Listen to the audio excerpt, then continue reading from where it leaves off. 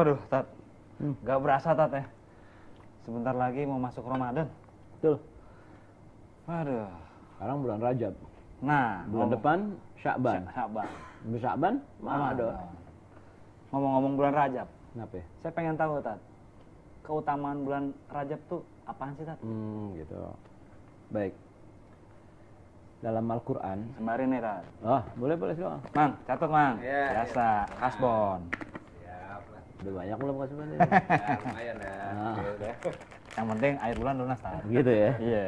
Dalam Al-Quran surat At-Taubah ayat 36 Allah subhanahu wa ta'ala berfirman A'udzubillahi minasyaitonirrajim Inna iddatash syuhur innallahi ithna asyara syahran yawma khalaqas samawati wal ard minha arba'atun hurum. Al-ayah, artinya saya sampai di situ dulu bahas ayatnya. Bahwasanya di dalam 1 tahun kata Allah ada 12 bulan. Di antara 12 bulan itu ada 4 bulan yang dikatakan arba'atun hurum. 4 bulan yang dimuliakan, dihormati oleh Allah Subhanahu wa taala. Apa sebab-sebab 4 bulan itu dihormati? Ini adalah merupakan kebiasaan bangsa Arab dulu sebelum Islam yang dibawa oleh Nabi Muhammad SAW. Mereka adalah bangsa yang terkenal sering perang. Ribut satu suku dengan suku. Antar suku itu berperangnya itu enggak setahun 2 tahun, Mang. Ratusan tahun. Ada 2 suku didamaikan oleh Nabi Muhammad SAW. Ini 2 suku ini ada di Madinah. Namanya suku Aus dan suku Khazraj di Madinah. Ini setelah mereka bermusuhan, berperang 250 tahun. Kurang lebih. Lama juga ya. Nah, tapi di balik keburukan atau mungkin kebiasaan jahiliyah yang sangat tidak terpuji itu, ada salah satu keutamaan ataupun mungkin katakanlah satu hal yang positif dari bangsa Arab jahiliyah dulu adalah mereka memiliki sifat apabila ketemu dengan 4 bulan yang disebutkan ini, mereka nggak mau berperang. Mereka bikin suatu kesepakatan untuk tidak melakukan penyerangan, untuk tidak melakukan sebuah kekerasan, kezaliman dan sebagainya. Oh gitu. Iya. 4 bulan ini dijelaskan oleh Nabi Muhammad SAW dalam hadisnya. Hadis ini disampaikan oleh Nabi pada saat Hujjatul Wada, haji terakhirnya Nabi Muhammad SAW. Ya? Disampaikan oleh Nabi 4 bulan ini, 3 bulan diucapkan berturut-turut, 1 bulan terpisah. Yang 3 bulan berturut-turut itu diawali dari bulan Zulqa'dah, Zulhijjah, Muharram, dan yang terpisah adalah Rajab. Jadi Rajab ini termasuk salah satu dari 4 bulan yang dihormati. Jadi kebiasaan bangsa Arab jahiliyah sebelum Nabi Muhammad SAW diutus menjadi Nabi dan Rasul, mereka memiliki kebiasaan ketika masuk 4 bulan ini tadi, Zulqa'dah, Zulhijjah, Muharram, dan Rajab, itu mereka tidak mau melakukan peperangan, kekerasan. Islam datang dibawa oleh Nabi Muhammad SAW melihat bahwa ini adalah sebuah hal yang positif, sejalan dengan nilai-nilai Islam. Islam dibawa oleh Nabi Muhammad SAW adalah Islam yang penuh kedamaian. Islam yang menghendaki kesatuan dan persatuan umat. Sehingga apa yang dilakukan oleh bangsa Arab jahiliyah itu merupakan sebuah hal yang sangat baik, sesuai dengan nilai-nilai Islam. Maka akhirnya dilegitimasi oleh Allah Subhanahu wa taala dengan turunnya surat At-Taubah ayat 36. Sehingga kebiasaan yang baik itu diteruskan dari ajaran yang dibawa oleh Nabi Muhammad SAW. Sehingga Rajab ini adalah salah satu bulan yang dihormati, dimuliakan. Sehingga apa yang harus kita lakukan di bulan Rajab ini? Ayat itu masih lanjut tuh. Apa kata Allah? Fala tazlimu fihinna anfusakum. Jangan kalian berbuat kezaliman di 4 bulan itu khususnya, tapi mungkin umumnya di bulan-bulan yang lain selain 4 bulan itu. Jangan 4 bulan aja ini kita nggak berbuat kezaliman. Sementara di bulan-bulan yang lain kita berbuat kezaliman, itu salah. Maksudnya wabil khusus. Wabil khusus di 4 bulan ini yang sudah ditradisikan oleh bangsa Arab jahiliyah sebelum Nabi Muhammad menjadi Nabi dan Rasul. Ini 4 bulan ini mereka sudah sepakat untuk tidak melakukan kezaliman. Pertanyaan ana, apa itu zalim? Biadab. Mang, apa itu zalim, Mang? Jolim. Jadi gimana ya kalau jolim? Dia mengkhianat gitu kan. Berkhianat, biadab. Apa lawan kata zalim? Lawan kata zolim. Nggak zolim. Wah, bukan begitu. Gampang dong. Ternyata lawan kata zalim itu adalah adil. Adil berarti menempatkan sesuatu pada tempatnya. Bahasa Arabnya wad'u syai'in fi mahallih. Menempatkan sesuatu pada tempatnya, pada kondisinya, pada aturannya, pada ketentuannya. Itulah disebut adil. Seseorang adil adalah seseorang yang bisa menempatkan dirinya. Pemimpin yang adil, pemimpin yang bisa menempatkan dirinya sebagai seorang pemimpin. Kalau dia tidak bisa menjadikan dirinya sebagai seorang pemimpin yang adil, berarti dia pemimpin yang lawan katanya Zalim. Banyak pemimpin sekarang kita nih. Zalim. Itu. Jangan melakukan kezaliman di 4 bulan ini, wabil khusus di Rajab. Jadi bulan Rajab adalah bulan kita menegakkan keadilan. Bulan di mana kita tidak boleh melakukan kezaliman. Seorang suami, dia harus berlaku adil, baik kepada dirinya sendiri, baik kepada istri dan anak-anaknya. Maka ketika suami tidak melakukan tugas dan tanggung jawabnya sebagaimana mestinya seorang suami, maka suami itu disebut dengan suami yang Zalim. ada kan kita dengar dari mass media, apakah itu radio, kita baca di koran, ada seorang ayah yang memperkosa anak kandungnya sendiri sampai hamil, berkali-kali hamilnya. Itu suami atau ayah yang bagaimana itu? Zalim. Ada seorang ayah, suami yang nggak memberi nafkah lahir batin kepada keluarganya. Itu suami yang bagaimana itu? Zalim.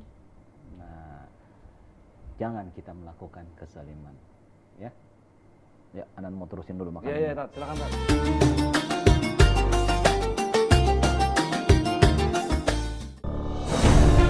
Ketika keindahan dunia merebak keselarasan, berbagi kemesraan. Ketika sejuta tangan merangkai kebahagiaan dalam kehidupan yang harmoni. Ketika zakat Anda wujudkan indahnya dunia.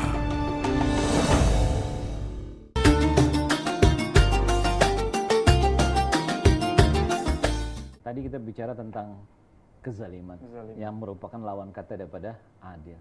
Maka ketika kita tidak menempatkan sesuatu pada tempatnya, itulah sebuah kezaliman. Sekarang, sudah adilkah kita dari segi waktu? Apakah kita sudah mengatur waktu kita dalam sehari ini dengan sebaik-baiknya? Mana waktu bekerja, mana waktu kita istirahat, mana waktu kita ibadah kepada Allah Subhanahu wa taala. Nah, ketika seseorang tidak mendudukan posisi waktu dalam hidupnya 24 jam dengan sebenarnya sesuai dengan apa yang dimaksudkan Allah dan Rasulnya, berarti dia zalim. Waduh. Apalagi ini bulan Rajab. Iya. Bulan yang dikatakan salah satu dari 4 bulan yang dihormati. Nah, kalau kita nggak berbuat keadilan, bahkan cenderung untuk melakukan sebuah kezaliman, apa jadinya kita? Benar. Seharusnya banyak-banyaklah berbuat kebaikan di bulan Rajab ini, karena ini salah satu bulan yang dimuliakan oleh Allah Subhanahu wa taala. Ya. Apa sih kebaikan-kebaikan yang bisa kita lakukan? Para ulama banyak mencontohkan. Ya, misalkan puasa sunnah. Hmm. Nabi SAW biasa ada puasa sunnah hari Senin, hari Kamis. Nabi SAW puasa sunnah. Nabi suka puasa sunnah hari Senin. Kenapa? Karena hari kelahiran Nabi Muhammad SAW.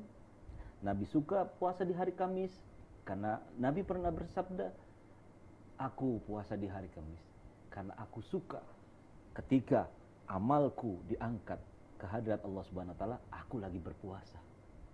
Jadi ternyata dari sini kita bisa tahu bahwa amal seseorang itu secara mingguan dilaporkan ke hadirat Allah Subhanahu wa taala di hari Kamis. Maka Nabi suka puasa di hari Kamis. Nah, berarti betul yang itu bilang toh.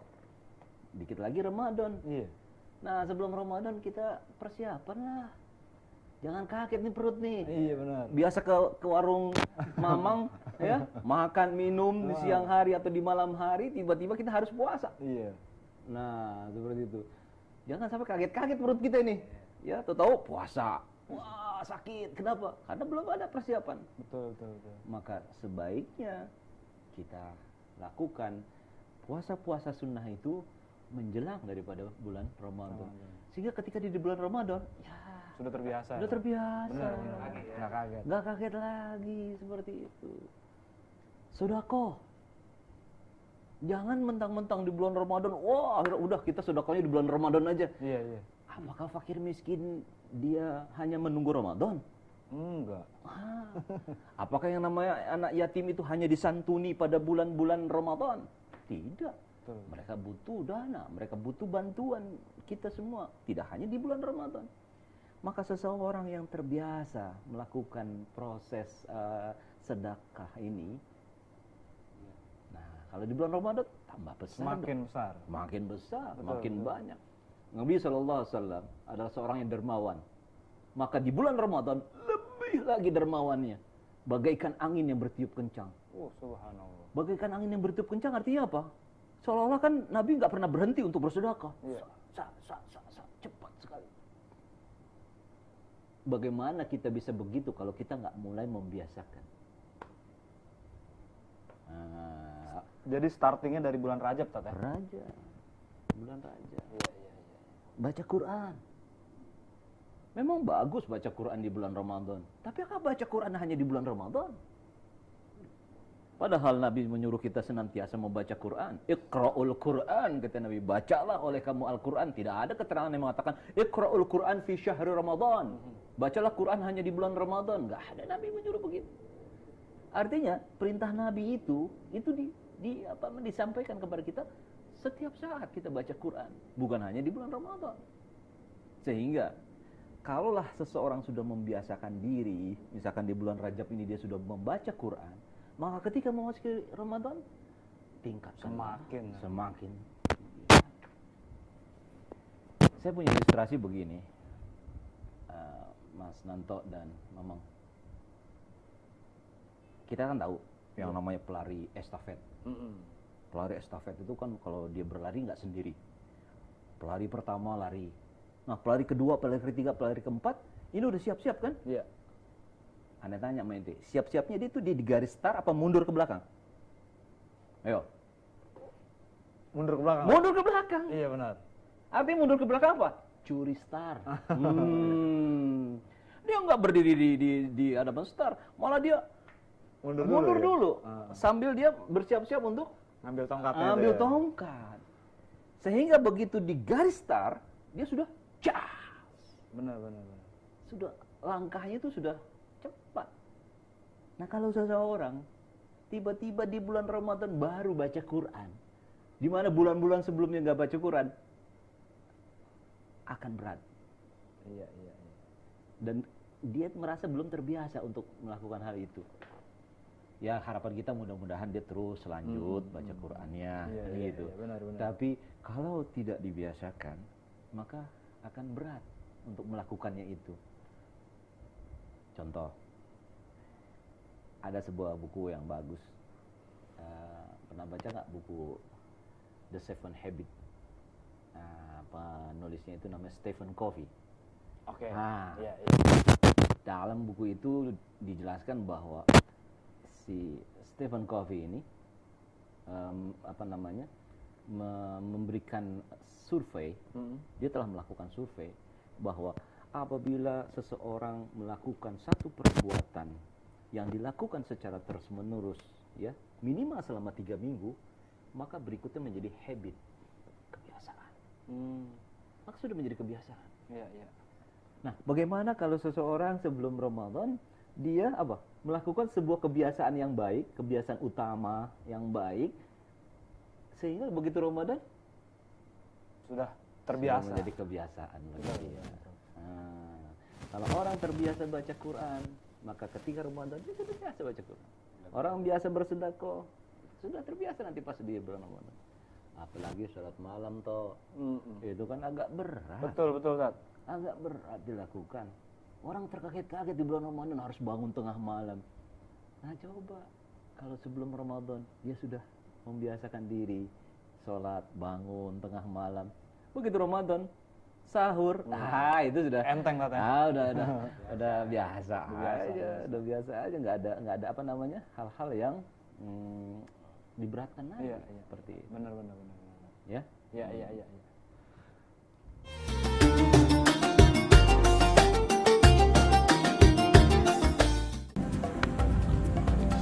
Semangat kemenangan harus berasal dari sportivitas yang datang dari hati. Saya Bawang Pamungkas, saya zakat di Dompet Duafa. Keluarga adalah sumber inspirasi saya.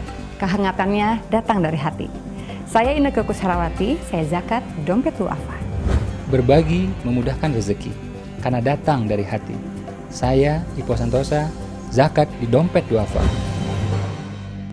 Dompet Duafa.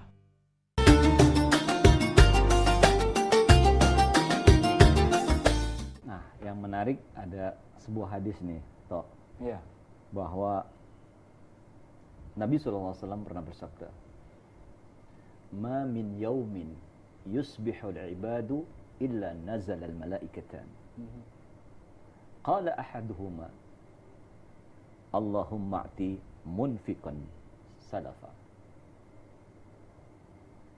Artinya, Nabi SAW pernah bersabda, tidaklah satu pagi kecuali turun 2 malaikat ke permukaan bumi.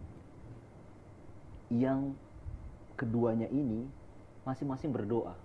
Yang satu berdoa, "Ya Allah, balaslah ganti orang yang berinfak pada pagi hari ini." Waqala al-akhar, berkata salah satu dari malaikat yang kedua, mengatakan apa? "Allahumma ati mumsikan talafa." Ya Allah, binasakan harta orang yang mumsik. Mumsik itu dari kata amsaka yumsiku, imsak. Kita di bulan Ramadan imsak, artinya waktu menahan. Iya. Imsak itu menahan. Jadi orang ini menahan diri untuk tidak berinfak. Punya kesempatan, punya kemampuan, tapi dia tahan. Sayang kemarin udah infak. Iya, iya. Nah, ada datang orang, "Ntar deh bulan Ramadan aja." Nah ini orang yang mumsik nih. Didoain sama malaikat, tapi doanya apa? Ya Allah, binasakan harta orang yang mumsik. Subhanallah.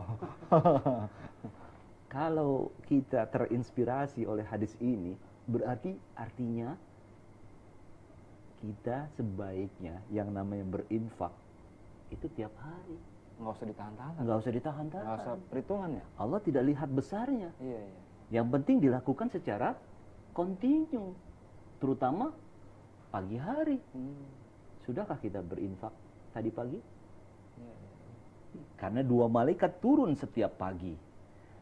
Dan malaikat itu mendoakan orang-orang yang berinfak di pagi hari tersebut. Sedangkan satu lagi malaikat menghendaki supaya Allah membinasakan harta orang yang pelit, yang bakhil, yang nggak mau berinfak padahal dia mampu untuk berinfak, punya kesempatan untuk berinfak. Nah kalau demikian, berarti mari kita membiasakan diri untuk kita berinfak. Berinfak setiap hari. Gimana caranya supaya bisa berinfak setiap hari? Yuk. Mana Tat caranya, Tat? Kalau Ustadz gimana, Tat? Ada trik. Ada seorang hamba Allah yang melaksanakan trik ini bagus nih. Dia taruh semacam kencelengan kayak model kaleng Ah, yang dibolongin. di tengahnya ya. Nah, di tengahnya. Ah, Ditaruh di tempat yang setiap hari dia lihat. ah, Di kamar dia. ah, Tiap hari tempat yang sering dilihat di kamar, itu nggak lain kan lemari. mm-mm. Maka begitu dia buka lemari, pengen pakai baju, ada kencelengan. Tiap pagi dia buka pintu lemari, masukin. Sekali lagi, Allah tidak melihat besarannya, tapi Allah melihat apanya? Bagaimana dia bisa melakukan yang namanya infak itu secara berkelanjutan. Dan amal yang paling disukai Allah Subhanahu wa taala adalah amal yang dilakukan terus-menerus walaupun sedikit. Walaupun sedikit, tapi itu amal dilakukan terus-menerus. Sehingga benar kata ente tadi toh. Keutamaan di bulan Rajab ini apa? Ayo kita persiapkan diri kita untuk menyongsong Ramadan, ya, untuk melakukan berbagai kebiasaan-kebiasaan yang baik sebelum datangnya Ramadan. Tadi baca Quran, berinfak, Puasa Senin Kemis. puasa Senin Kemis. Kalau bisa puasa di 3 hari di bulan Islam. Oh, 13, 14, dan 15. 15. Itu Nabi melakukan itu setiap bulan. Ada yang melakukan puasa Nabi Daud. Iya. Sehari puasa, Sehari besok enggak. buka, enggak puasa. Besoknya lagi puasa. Itu puasa Nabi Daud. Dan semaksimalnya seorang mukmin melakukan puasa sunnah, kata Nabi, adalah puasa Nabi Daud. Jadi tidak bagus itu puasa sunnah tapi tiap hari selama sebulan. Nggak ada contohnya dari Nabi SAW. Iya, iya. Nabi puasa penuh sebulan hanya di bulan Ramadan. Kalau di bulan yang lain, ya, sekalipun itu bulan utama seperti Rajab seperti ini, lakukan puasa-puasa sunnah yang biasa Nabi lakukan. Yang biasa Nabi lakukan. Apakah itu Senin Kamis, apakah itu puasa Nabi Daud, apakah puasa 3 hari di bulan Islam, bulan Hijriah. Sahabat Zakat TV yang berbahagia, kalaulah boleh kita telisik lebih jauh lagi, kezaliman apa yang paling besar di muka bumi ini? Tidak lain jawabannya adalah syirik kepada Allah Subhanahu wa taala. Mengapa kita katakan syirik itu sebuah kezaliman yang paling besar? Karena tadi kita sudah katakan, zalim lawan kata daripada adil. Adil adalah seseorang menempatkan sesuatu pada tempatnya, pada prosedur dan ketentuan. Maka kebalikan daripada adil adalah zalim, tidak menempatkan sesuatu pada tempatnya. Nah, kita sebagai hamba Allah, seyogyanya kita tempatkan Allah Subhanahu wa taala. Artinya, kita posisikan Allah sebagai zat di mana tempat kita melakukan ibadah pengabdian, di mana zat yang kita harapkan rezekinya, yang kita harapkan pertolongannya, yang kita harapkan curahan rahmat dan kasihnya. Tapi kalau ada seseorang justru mengganti posisi Allah Subhanahu wa taala dengan sesuatu, dengan orang lain, maka itulah sebuah kezaliman yang paling besar. Kalau dia minta rezeki, sebaiknya kepada Allah Subhanahu wa taala. Tapi ketika dia mengharapkan rezeki dari seseorang dengan melakukan ritual-ritual tertentu di sebuah tempat yang dikatakan penuh keramat dan sebagainya, dia mengharapkan rezeki turun jatuhnya dari sana, dan hanya itu satu-satunya dia mendapatkan rezeki, maka itu adalah sebuah kezaliman yang paling besar. Allah Subhanahu wa taala berfirman dalam surat Luqman, "Inna syirka la zulmun azim." Sungguh syirik kepada Allah itu adalah sebuah kezaliman yang amat besar. Karena dia sudah tidak menjadikan Allah sebagai satu-satunya zat yang disembah, satu-satunya zat di mana dia meminta pertolongan, satu-satunya zat tempat dia mencurahkan kecintaan, satu-satunya zat yang dia harapkan bantuan dan pertolongannya. Jangan sekali-kali seseorang menggantikan posisi Allah dengan sesuatu ataupun dengan seseorang, karena itu adalah sebuah kemusyrikan. Allah Subhanahu wa taala akan mengampuni dosa-dosa selain dosa syirik. Tapi kalau dosa syirik, apalagi sampai ke bawah mati, Allah Subhanahu wa taala tidak akan mengampuni. Surat An-Nisa ayat 48 mengatakan, A'udzubillahi minasyaitonirrajim.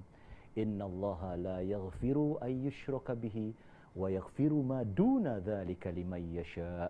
Allah Subhanahu wa taala tidak akan mengampuni dosa orang yang syirik sampai ke bawah mati dia dalam keadaan syirik, itu tidak akan diampuni dosanya oleh Allah Subhanahu wa taala. Dan Allah mengampuni dosa-dosa selain syirik. Maka di bulan Rajab ini, mari kita tinggalkan segala bentuk kesyirikan, kemusyrikan. Kita kuatkan tauhid kita kepada Allah Subhanahu wa taala. Hanya Allah Subhanahu wa taala yang kita sembah. Hanya Allah Subhanahu wa taala yang kita harapkan bantuan dan pertolongannya. Dengan demikian, betul-betul kita memurnikan tauhid hanya kepada Allah Subhanahu wa taala. Demikian sahabat Zakat TV, mudah-mudahan bermanfaat bagi Anda sekalian. Wabillahi taufiq wal hidayah wal afu minkum. Assalamualaikum warahmatullahi wabarakatuh.